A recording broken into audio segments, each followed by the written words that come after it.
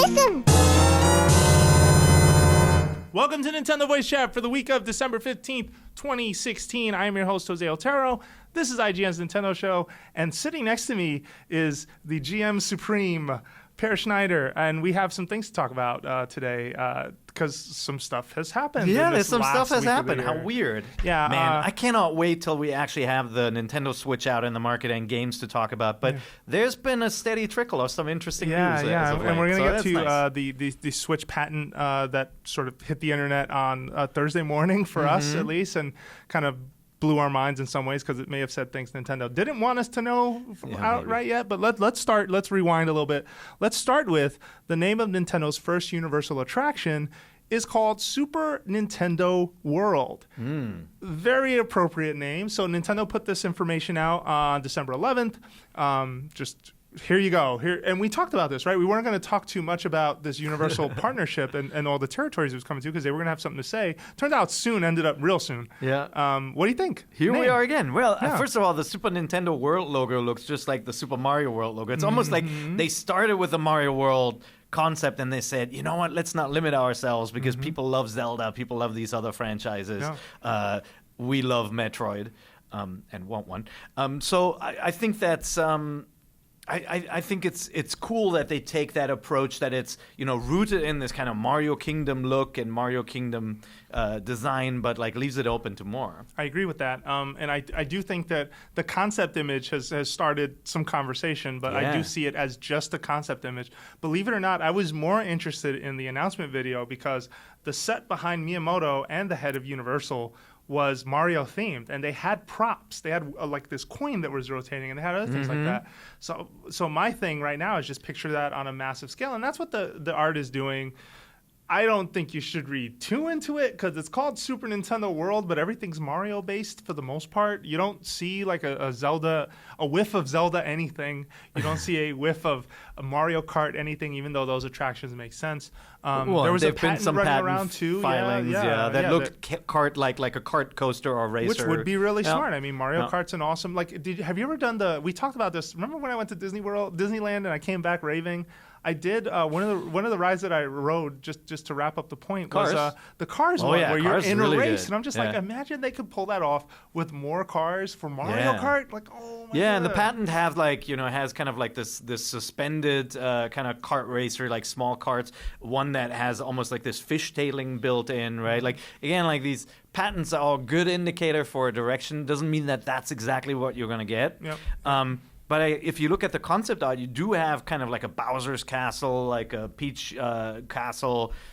Mushroom. You got Toad houses and things like that. Like something that looks like a stage. Someone is dressed as Toad could be really weird if they're not wearing like that. If they're not proportioned right. Like whenever you see a human-sized person dressed as Toad, it does look really weird. If you look closely, you can see Peach and Toad as like characters on down there that you can meet, and Toad is humongous next to Peach, of course. So it'll be creepy, especially if he makes that horrible noise he makes. But I really like the background has this mountain, this kind of Mario level setup with like tiers, and you can imagine that could be a coaster. That could be like, if this is actually close to something we're getting, it could be like Matterhorn in Disneyland, where like you can see the coaster come out in parts, or like Splash Mountain, where you see something happening, but also have something that looks visually really cool from the outside. So my thing with this art though is that if you meant to call it Super Nintendo World, why only show the Mushroom Kingdom? Why only focus on Mario? Mario's your biggest star, no question. But if you're trying to say that it's more than that, why not hint at more than that? But maybe that's where they're starting, right? Like maybe the start is we're going to do all these Mario attractions and then you expand. You got to start somewhere. These things take a while to build, obviously. They do. Yeah. And I think that's the stuff that most mainstream consumers know is the iconic Mario franchise. And let's face it, there's a big new game out now that everybody's going to talk about. So when they see this concept art, they instantly get it. Whereas like if they see Link, they'll be like, oh, it's one of the elves from Lord of the Rings, or like, he's not that iconic of a character, and neither is Zelda, obviously. Yeah. No, and Hyperspace Mountain is sort of the switcheroo to what used to be Space Mountain, and they started that as sort of a switch up for the Star Wars style like themed rides, and they're a than Yeah. others, but it's sort of indicative of what you're saying, because theme parks don't necessarily close any time of the year. They close sections or they close rides, but Yeah. they try to kind of keep everything running year round. So I think by this is a- 2012, this is by a start. 2020, Yeah. right? By the Olympics, by the Japanese Olympics at that. The Olympics hosted in Japan. Sorry, not the Japanese Olympics. Those are two different things. All right, let's switch over then to that game that came out that so many people are talking about, that this concept art may actually have been linked, and for that good reason. Nintendo put its biggest star on mobile this week, Yep. and it is Super Mario Run. It's out now. We reviewed it. I gave it an 8 on the IGN scale, which is considered great. I think that as far as the concept of taking Mario as an automatic runner, not an endless runner, there is Yeah. a difference, right? These are sort of created stages. Toad Rally works a little bit more like an endless Yeah, runner it's more because endless run. yeah, Repeating because- sections. yeah, and you're repeating sections and you're in a race against another player. It's basically you're trying to lap them, but you're also trying to showboat and show off more than they are. But fundamentally, like really, really like easy to learn mechanics, but difficult to master. It's all about timing, and the coin hunt is what hooked me. Like every stage has a different layout for pink coins, purple coins, and the black coin. Yeah. And apparently, this is the easy, medium, hard version of the game. Very apparently. Very much, because you can finish the game in like 2 hours, Yeah. like if you're not trying to do the coin hunt. But I think the coin hunt is what it's about, and that's what's hooked me. And the How's black your coins experience? are Yeah. and the black coins can be pretty evil. Yeah, You they're know, hard to some are find. hidden in blocks, and Yeah. you Or don't know they're enemies, there. yeah. So it basically, like the first time you play a level, it's very much about trying to figure out how to survive, right? Like how do I get through? And then when you finished it, and you try to get coins along the way. And if you have friends, and that's a key factor with this game, you will also see their records, right? Like you go into any level, it'll say Jose Otero's got 300 coins on this, and that becomes the kind of incentive for you to go back and try to beat Jose Otero, which I did. And then I'm sure he's gonna just take me down over the weekend. I'm gonna He's try. Like, Yeah, that's I'm all he's try. gonna do this So weekend. apparently, someone wasn't in meetings before this show. He was playing Mario Run. Continue. You know what? I was in meetings, but I didn't pay much attention because I was playing at the same time. But no, and the core game is very fun. It feels responsive for the simplified touch screen controls. I think they did a really nice job solving for the portions where you want to just kind of jump back. Right? They have those little arrow blocks that make you jump in the opposite direction. But what I really like is the bubble mechanics. So you may remember the bubbles from New Super Mario Brothers, where you could pop into a bubble. In multiplayer, if you're the last player, you're dead. But you could pop into the bubble to survive a potion. You could help less skilled players. In this game, it becomes a key because they're your lives. Once you do use a bubble, Yeah. it's a life gone. Once But- they're finite. Yeah. So you get to parts in the level where a coin path will split, and you can go up, and then you'll miss the coins at the bottom. And obviously, when you want all the coins, this is where the strategy now comes in, where you pass the upper section, you hit the bubble yourself manually, float back, and then you take the lower path. And it's also like that's how you discover the hidden stuff. Yeah, Like that's how you can go how you back get if all you the missed black one. coins. Yeah, yeah. But I did not expect that element. I think that's really, really clever because you're sacrificing.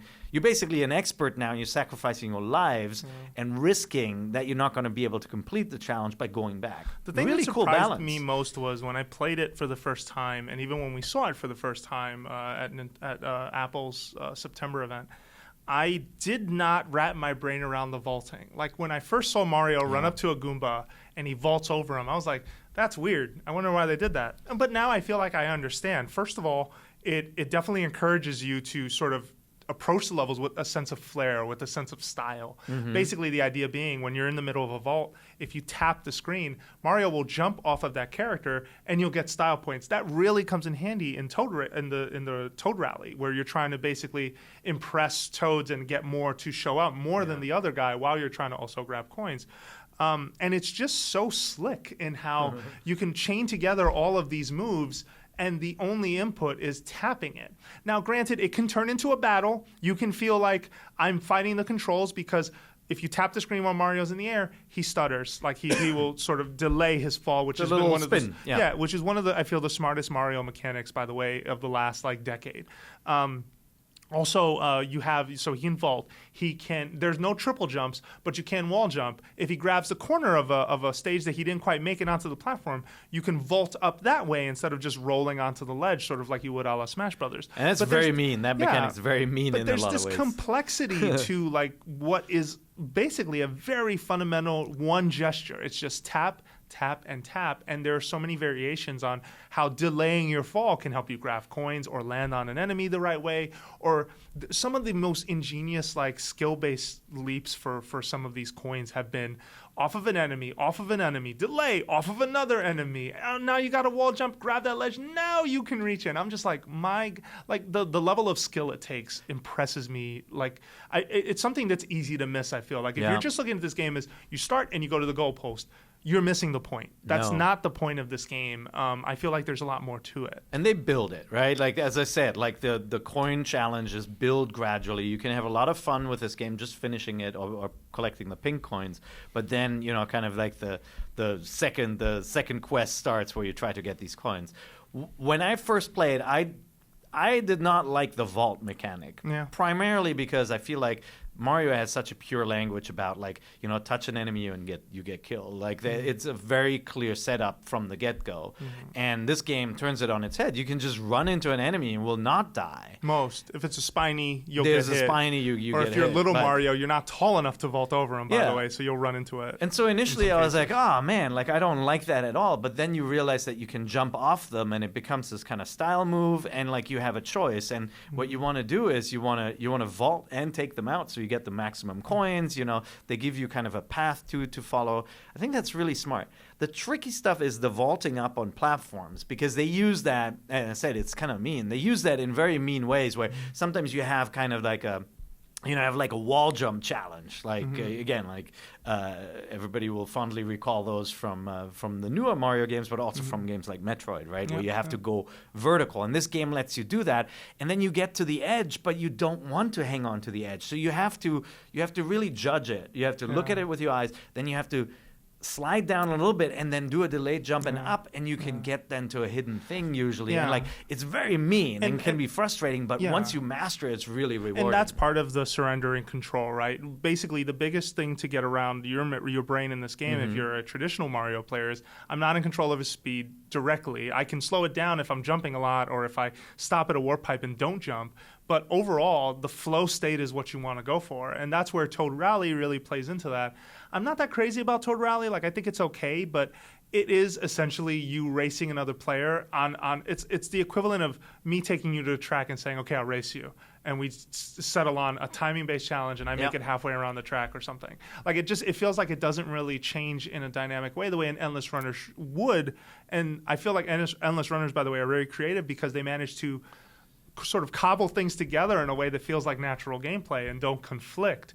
I don't feel like I'm getting screwed over in like Subway Surfers or something like that, or in some other like Infinite Runners. I played Cannonball, was one of my early favorites. You remember that? Yeah, Jetpack Joyride is one of my favorites. That was a game where I'm like, hey, somebody's making a very Nintendo game on mobile devices, and it was slick, it was beautiful. Honestly, I mean, it still looks way better than Super Mario Run. That's right? something like, we should talk about too. Like, there have been better looking Mario games. But more importantly, Jetpack Joyride had this reward system. Like, when you finish something, you really feel great because they spin all these things, and like some console games like Forza Horizon have done that really well as well. And Nintendo has learned from that. Like, Nintendo's always been pretty good about rewarding you for something. If you just remember the jingle when you open a treasure chest in Zelda and stuff, right? Or like when you play multiplayer Mario and like you get measured against your enemies, friends, whatever they are.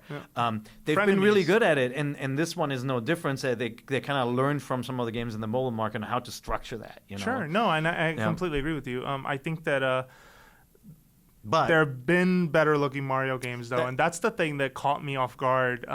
So playing through this game was a relatively fast turnaround for one of our reviews. Not to say that sways the opinion one way or the other. We try to judge it the best we can, but the moment I noticed was at one of the castle stages, or if not the airship, where I just finished fighting Boom Boom, and you have that few seconds where you're just sitting there waiting for the animations to finish, and then and you move on. But while you're sitting there, you realize that the background you're staring at and the sky that's being shown through the window are the same piece of art. Like, it's not separated. There's no parallax. There's no. It's just a flat JPEG when you stop to look. And it's weird because in the heat of gameplay, you won't notice. Like, it's only when you're standing still that you really start to see some of the seams of this world and how Nintendo isn't really shooting for big, booming, crazy effect type stuff. Like, even in New Super Mario Brothers, the coolest art template, and we agree on this, actually, because we talked about this before, is the Van Gogh-style world that you get in, I think it's called Soda Jungle, if I remember the name right. That part of the game looked amazing because it looked like any New Super Mario Bros. Game we'd seen, whereas the rest of them are very, very clean and very, very safe for the most part. They follow, the themes of desert, the themes of sky, etc. Yeah. Sky stages you don't notice, but when you're standing still inside of some of these stages, you do start to feel like, man, this art isn't as high poly or polished as like Rayman Jungle Run has the same thing, and I see you pulling it up. I'm bringing it up right now, and I like just looking at the graphics though. Well, and what they do better is they use effects to kind of hide the fact that you're running on a JPEG. When you see like the trails of wind coming up, they do this effect where they mask everything in a way where you're not going to notice. Yeah. Whereas in Mario Run, the background doesn't do much, and so it's not going to. And to be fair, Mario has more of a tile-based look, and like the Rayman games have more of this kind of picture book style where you have shapes that are clearly not on a grid pattern. And so, yeah, I mean that's the one I think the Achilles heel is for Nintendo's first kind of Mario game on iPhone. You can tell it's running on a third-party engine, like they're working with Unity, and it's very safe. It reuses a lot of assets. It has animations, right? Like flowers are moving and that kind of stuff in the stages, but it's not going to dazzle you. Yeah. But it also, what it does do well is it has that familiar, vibrant, very colorful look, and thus it works. And like I got to say, like I played through the levels and I didn't really think about it, and then I went back. I'm like, oh yeah, you know what? Like it's definitely not like it's not using the iOS hardware to the max. Like we've seen runners and kind of whimsical, kind of comic, like cartoonish games before that look way better. Yeah, no, but, for sure. And I don't know if it's just still sort of learning the fundamentals of a third-party engine, or them just trying to get the best battery life out of it and not kill your phone, which I don't think an Endless Runner can or should. I mean, I don't think Jetpack Joyride killed your phone, but that was going for a 2D sort of look. I think this was this is a first attempt, and they needed to get a game done, and they wanted to deliver it this year, and so they said, this is what we can do in that time frame, and we're going to use an existing engine for it. And we're going to use existing assets for it, and they adapted it. And so I think it was very much calculated. I don't think they didn't set up to make an ugly game, and it's not ugly, right? No. But they set out to do something that was achievable in the time frame.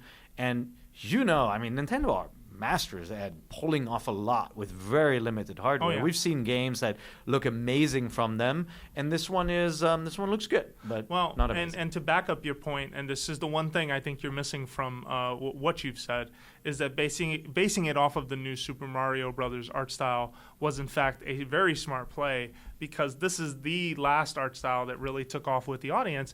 If you look at Nintendo DS, New Super Mario Brothers sold 30.8 million units worldwide. You look at New Super Mario Brothers Wii, 29.9 million pieces worldwide. And I'm sure if I expand the list to 3DS and Wii U, it's not as high, but they are high numbers. So I feel like folks like us who've just kind of played every 2D Mario, we've always been kind of indifferent towards New Super Mario Brothers, where we feel like, at one point it plays it safe, but on the other, it doesn't try hard to look really good. It just sort of hits the nostalgia drum really well and just kind of captures things as little, almost like plastic little figurines. Yeah. And I hope that Nintendo evolves that style eventually, but it hits so well. They keep going back to that well because of that. Yeah, and I think also they were very conscious of the fact, like, if they put a game with very classic graphics out there, they obviously have the NES Classic right now in the market. I don't think they want to have this kind of doubt that, or this confusion. They want to make sure it's like, oh, here is what the iPhone experience looks like. And to a lot of people, it might even be new, right? Mm-hmm. And then here is your NES Classic and your Mario Maker look.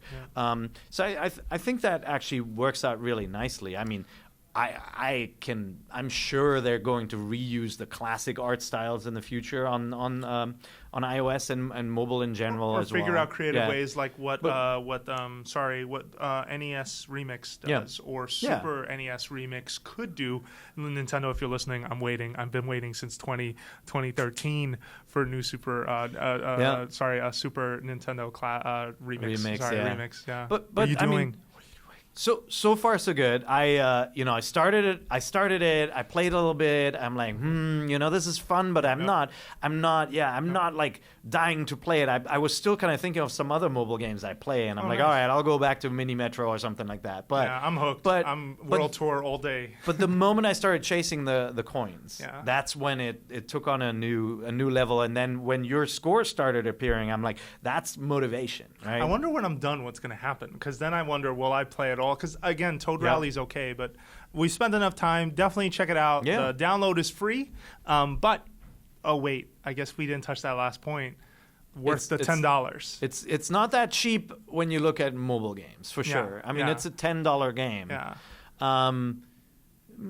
We'll see. I mean, like I'm still playing it. There's still stages I haven't played at all because I went back and gathered the coins. I'm okay with it because I'm used to price points on DS, and this is a quality game, and it is smaller than a standard kind of 3DS game. It's probably on the high end for what the mobile audience will bear.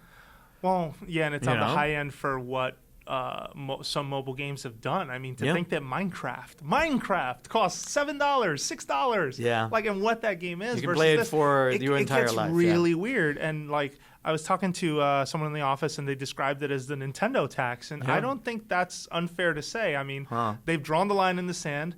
Let's see if it plays out. I think it's worth it, but I do think some folks will look at the investment and look at what's there and go, if I can play Minecraft for $7, why do you deserve $3 more or $4 more if it's $6? Yeah, I mean, I think they can, because it is such an evergreen franchise, and people search for Mario in the App Store all the time. Since by it the way, opened. you can see the search results when you type in Mario, and you can see like all the games that try to pass them off as themselves off as Mario games.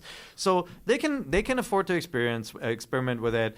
People get to try the game. They know whether it's for them or not, and whether they want to spend the money. But you also know in like a month and a half they'll have the $5.99 deal, and they'll like try to hook an audience with a lower point and see what that does. Yeah, no, and I do think like this kind of $5-6 range feels more appropriate for a game just in that ecosystem. But they also don't want to devalue the Mario franchise, right? No, man, they were never going to. So check it out. Try it. First 3 levels, you can check it out, and it's free. Okay, so this morning I text Pear at like 6:30 in the morning. Yeah. Because I woke up and Thanks a lot, found buddy. that Nintendo filed multiple Nintendo Switch patents for the controller, the dock, the architecture, and these patents, which appeared this morning on NeoGAF. Nice job, guys. Wow. These things may have told us a lot more about what the Switch is than Nintendo even intended them to. Yeah. And the immediate question is, did someone screw up? Likely, I think someone did, but I also think this is, and you and I talked about this briefly this morning, this could be the byproduct of just, hey, we're trying to put out this information quickly. We're going to go into greater detail in January. Guess what? When we showed it in October, we didn't tell anyone what it did, though. Yeah. And now this being in between does say that. So, and that kind of, I think, steals some of the fire from that presentation, but we'll see whatever. Steals a little bit of the thunder if that's really what's going to be shown, right? Like patent filings, companies will file for eventualities too, right? Like what's for that mean, big eventualities? Well, they will file for, hey, this is an idea we have, but we may never do it, right? Like if you think about the Wii, for example, it's like we will have a fishing controller attachment and we're going to file for it, right? Vitality sensor. Yeah, or that thing, right? That never came out. Gesture. No, that never came out. No, I know, you were talking about beating Boom Boom earlier, too. You're on a roll today. But I'm tripping myself. Come on. No, but like you can file for something and it may never come out, right? And so take patent filings, these drawings with a grain of salt. Things take a breath. Things may have changed in the last 12 months of development. Like if you look at the filing, the way some of the devices look may actually be slightly different from what you see. All right. Got to get straight to it. You pointed this out to me this morning. There is a subsection for a head-mounted display, the idea that you can take the screen of the Nintendo Switch, drop it into a face mask type apparatus, and then guess what you're doing? You're not sitting really close to your screen. You're playing VR at that point. Yeah. That's it. They called it an HMD, right? A head-mounted display. That's what that stands for. Head-mounted displays are any of the VR headsets you can buy. There are two different types. There's the the screenless viewer, and then there's the kind of standard like the Oculus Rift that has actually the screen built in. If this you know would be Google Daydream, this would work like a Google Daydream. That's it. The idea that you would basically take another device and slide it in. In that case, the Google Pixel. What's interesting to me is like, Nintendo can't file a patent for this concept and own it because they're Samsung Gear, right? Like these devices exist where you have a shell that holds a screen to create the VR experience. But what they are filing is that their device, their console actually has this sort of application, and they will, if that goes through and that part is acknowledged, that they will own that concept, that you have a console that you can strap to your face, for lack of better words. But that's interesting. That's actually one thing we talked about in the past, and we kind of said, will they, won't they, right? Like, is it too big to be strapped to your head? But Nintendo themselves, just to help you out here, Nintendo themselves have admitted we're experimenting with VR, and I think that we keep leaning into like discussions around this device, how much it costs, what technology is really built in, and thereby trying to do the guesswork on what it is. If this is Nintendo's VR device on top of being a console, that could be a really good thing if they nail the experience. If they don't, that could be a problem. And granted, everyone's playing the VR game. Samsung's playing it. Google's playing it. Sony's playing it. Oculus, which probably connecting with Xbox with Scorpio, right? And whatchamacallit, the last one, Vive. There's so many different flavors of this stuff. It would be silly of Nintendo to sit that out, considering 3DS came out, they tried AR. Even if it was just experimenting, they were trying it with inferior tech. I think the problem they ran into there, though, is that the experience was still felt cheap. It felt chintzy. It felt like it was about to come apart at the seams. Whereas I hope that is not what happens with this thing. Well, and that's the cool thing about this is what Nintendo has told. The story Nintendo has told is that there are many ways to play with this device, right? Like they showed it in the reveal trailer. You dock it, you take it with you, you put it down. It has a stand, use controllers, you attach the controllers to themselves. This is definitely one of those ways to play, right? And like you can't do this with the PlayStation or the Xbox the same way. With the PlayStation, you have to buy another $300 device. And by the way, if you have a PSVR, it's a commitment, man. You've got that giant thing sitting around. You have to have cables everywhere. You can't use your beautiful HDR anymore on your PS Pro because the pass-through doesn't support it. Like, it is a hassle. Whereas, like, with this, it's basically like the Gear VR or the Daydream, where it's just slide it in, you're done. And then, the controllers presumably are trackable too, right? The detachable Joy-Cons are trackable, so you have that kind of hands-on experience. You got a VR for kit, some of those and Nintendo would be smart to build experiences around it that are just like dropping you sort of into a world to just play around. I think the idea of what a VR game is still kind of getting fleshed out. Like, at least the concepts I have seen haven't swayed me one way or the other. Like, the immersion is the coolest thing of VR. Yeah. The gameplay is the thing that everyone's still trying to sort of wrap their brains around. Unless you're like what's that, Valkyrie, where you're a fighter pilot, and that's really cool. Yeah, like I've played a ton of PSVR games, and like there's just something. Games that are not that great become greater by being so immersed and being able to look around, right? Like Rez, for example, is a good game, but once you're in that 3D space with a headset on, it's pretty mind-boggling. And Rez, especially, like Area X is a great example of, that's the new area that was made for the PlayStation VR, but it also works just off your television. But what was cool about that thing is that art direction is everything, and it was all about creating these showering particle effects. And it's almost like you're sitting in the middle of a fireworks show while like all of these targets are getting blown up. So you're pointing to something. What are you pointing to? No, I'm just saying, like, to me, this is less of a story. Oh God, this is less about Nintendo saying that VR is core to their business. This is more about saying us too. It's like, don't worry, you can use the Switch for this too. Like, we're not we do all the things the other guys do plus more. You can take it with you, and it's cheaper and it's low hassle. Like, I think it's really interesting because now they have this approach that really makes the Switch look like a different kind of more device. Like, I don't want to say it only does everything, because they have to watch out that they're not telling this like master of none story either, right? Like, they have to be able to point to this machine and say, this is a good platform for games. Well, and they have to make sure that they're getting good VR content for it. I mean, I feel like it's not enough to just have the headset. You've got to have, this is an arms race now, and you've got to start playing ball with people to get certain games on your system, just like you've had the problem of third parties and trying to get them to make games for your platform. So if this is now, let's backtrack for a second, because we said at the start of this, though, this is a patent. It doesn't mean yes, this is announced. It does mean there may be some intent. Rewind back to Wii U, how it was supposed to support 2 gamepads. That never happened. That never became a thing. That was in the patent filing that it could, right? Yeah. And I think even Nintendo said it in interviews, and it turned into, no, that didn't end up happening. So there is a chance that this is an investigation and there's an intent, but that doesn't mean there's a follow-through that comes with that. Yeah, and by the way, like, I mean, look at the GameCube, where, yes, the modem came out, but, like, it certainly wasn't, like, this broadly supported feature, right? There's sometimes add-ons that are planned for, and they even create like ports for them that really don't come to fruition. Like the N64 expansion pack was an example of something that did come through, but it almost didn't. If it hadn't been for the push from Iguana or Acclaim at the time with Turok, probably wouldn't have come out in the US and only been there for the 64DD in Japan. Yeah. I'm curious. Do you think they're going to show this, like hint at this in January at the event, or do you think this is just a future concept?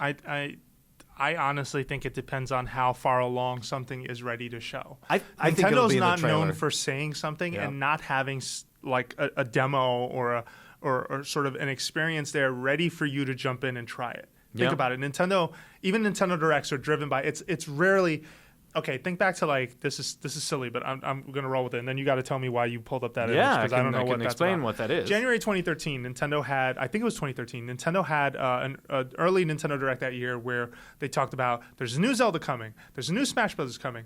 Those were just 2 examples. I don't remember what else was in there, but the point is, they had nothing to show in that case. And that was rare to me. But that was also a sign of, we don't have a lot of software in our system. We need to get people committed. Let's just say these games are in development, not show them anything until we're ready to show them something substantial. Whereas typically Nintendo does follow we've got this thing and this is what it looks like. Sort of how like Super Mario Run got announced, or how any Nintendo game, most of them that get announced, that's how they unfolded.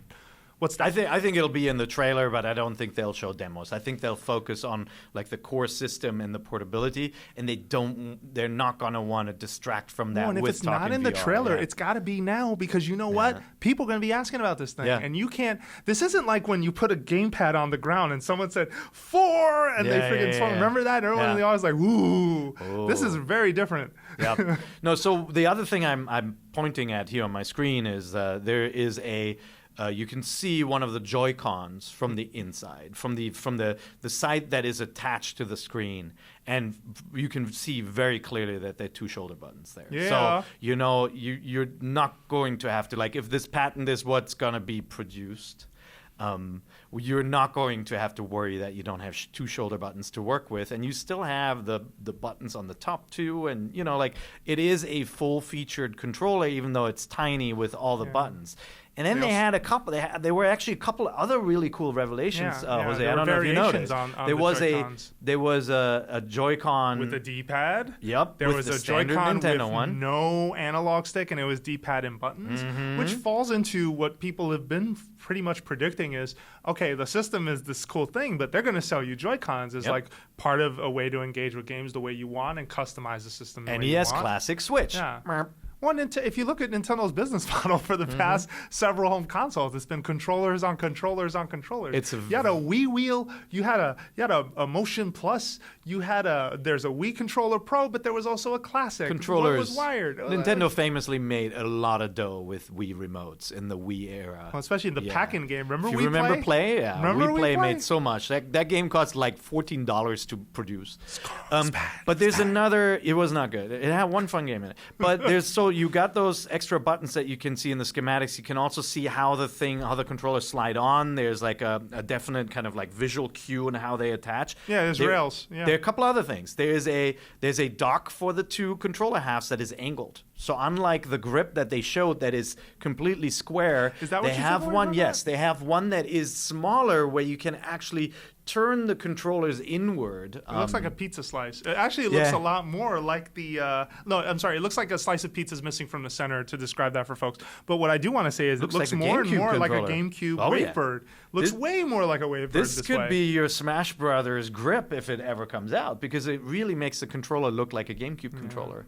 And then there's one, you can see it where it's straight, right? So you could have a controller where you angle the Joy-Cons. They're like almost like on a hinge like that. There's another cool revelation, and that's when you hold the screen, you've got two rumble motors. You have one on the left and one on the right. For Joy-Con. Yeah, no, for the actual For the device. screen itself? Yeah, for the device, you have two rumbles in it. Actually, I'm not sure if it was in the Joy-Cons. I think it was in the screen. But the schematic of the assembled device, you have two rumbles. So you could do Metal Gear and have the controller be moved by the mental powers. You also had a drawing that showed 4 people on one Switch screen, like not on one Switch screen, but a Switch connected to a television through the dock, and there were 4 Joy-Cons in the room to play a certain game, which just sets up a whole bunch of scenarios. Now, There was tilt too, by the way. Yeah, there was there was in tilt. one of the schematics. Yeah. You could see tilt. So a lot of things we've talked about and said it's going to be in it, just kind of confirmed by these patent drawings. There's some really interesting stuff in there that you can glean from the things, like like a look at the cradle, at the stand. The dock does not have technology. Again, we've said this a few times, right? When he says technology, he means technology to boost performance. He doesn't mean that like the dock is basically there to primarily output and charge. Connection point. And the USB-C, and they showed the rails that it will sort of slide into. I still see All of people it's say really smart. the dock boosts things, and it only boosts it because you get better clock AC. speed. Yeah. No, you get power. Yeah. And so, but Wait, this but power. But your argument has been power that basically can, like a gaming laptop, would increase clock speed performance. Correct. Not that there's a separate graphics card and a whole bunch of other doohickeys inside of the dock itself. So like there's portable mode and there's docked mode basically, Which, you know and what? this talks about then it's that going to too. end up. I'm going to take mine. We're going to have in the office a setup where people are just going to be taking Nintendo Switches out of one dock and just sliding them into another for capture, which is going to make my day, quite frankly, because carrying a Wii U around, kind of a pain. It also shows the pairing process for the Joy-Cons. I don't know if you spotted that. So it has the same kind of iconography that you use with the Wii U gamepad, where you may have to just kind of match like playing card symbols to each other. These schematics are about not to bore people with the details, but they have basically schematic throughput. Like it's basically bubbles that are telling you, okay, at this stage this happens or this happens. Okay, and the next stage, if yes, this happened. If no, it's flowcharts. It's what it is. But you should check out these things. There's a lot here. It is quite interesting to me that Nintendo was willing to let this go out the door if they were in fact. I think you can't control the timing, and you need to assert your patents. You need to get that stuff registered before somebody else does. Nothing pointing out what that mysterious button is on the left. The Joy-Con share that button we thing. Saying calling the share button. Still, nothing there. Just saying. Yeah, there's a lot here. But with all of this, see this stuff. Ambient light sensor, Ambient magnetic your 3DS force has sensor, that. ambient light sensor, temperature sensor. Okay. Well, the temperature sensor probably for the cooling fan to and spin your it ambient up, light right? sensor, your 3DS can do that. But the version on 3DS that sort of auto adjusts brightness is awful. Touch panel controller, and it says touch panel. Well, there goes that. Yeah, so that's all confirmed. It's all in here, but I mean some gold in them patents. The only thing, as we said last time, certainly in the patent drawings, there's no camera, right? Like you may have seen that little dot on the front, but it seems to be, and in the drawings you can see it too, but that doesn't seem to be for that use. It's probably NFC or something. Make sure you check it out. Definitely worth your time. Getting more and more excited about actually getting to play one of these machines, and just kind of seeing the games run on it. And like the thing we didn't talk about with VR is certainly the 720p display, right? Like if the built-in display is capped at 720p, that is less than the PlayStation 4's 1080p, and even that one is like not is it really beautiful. But the games eyes. don't output it. They don't 1080p output in that, VR, but it has because it's creating 2 images. It's not doing that. Capable, yeah.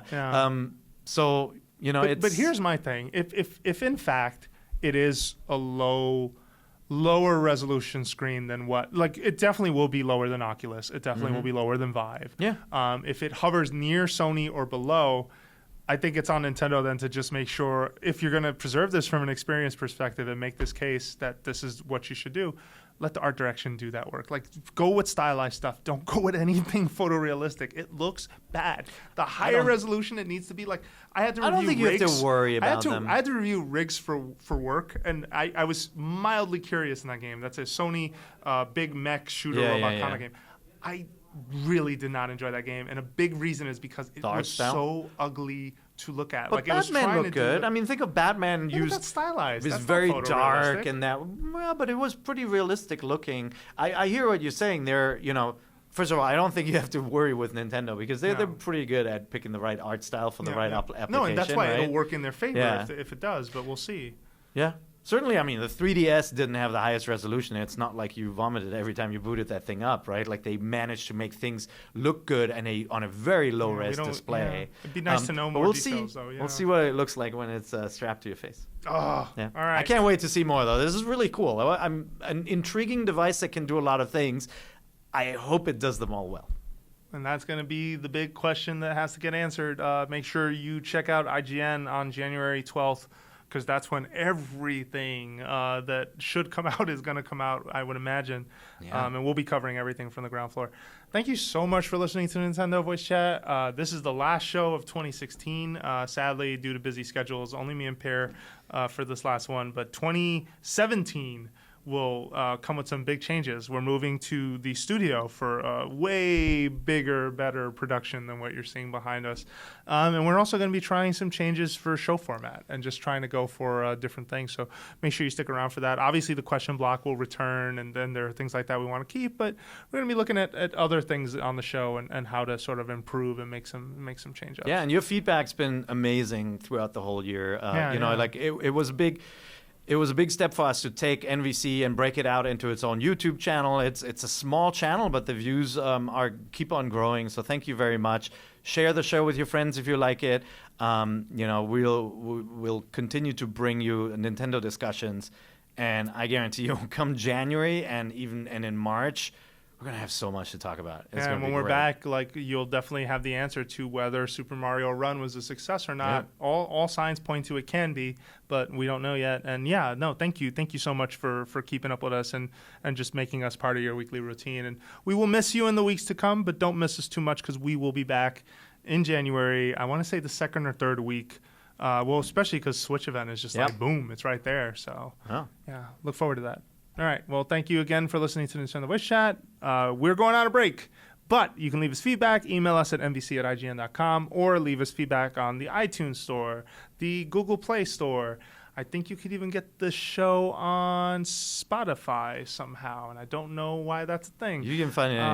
You can find it on TuneIn in audio form. So you can find or YouTube. Everywhere. Yeah, leave it in the comments or on IGN. And thank you for a wonderful 2016. And we look forward to an even better 2017 with you. You can find me on Twitter, Jose_Otero. You can find Per Schneider at Per IGN. And we'll see you next week. Next year. Goodbye. Happy New Year and all that. Happy New Year. Merry Christmas. Hanukkah. Hope you get the thing for Christmas. All the things.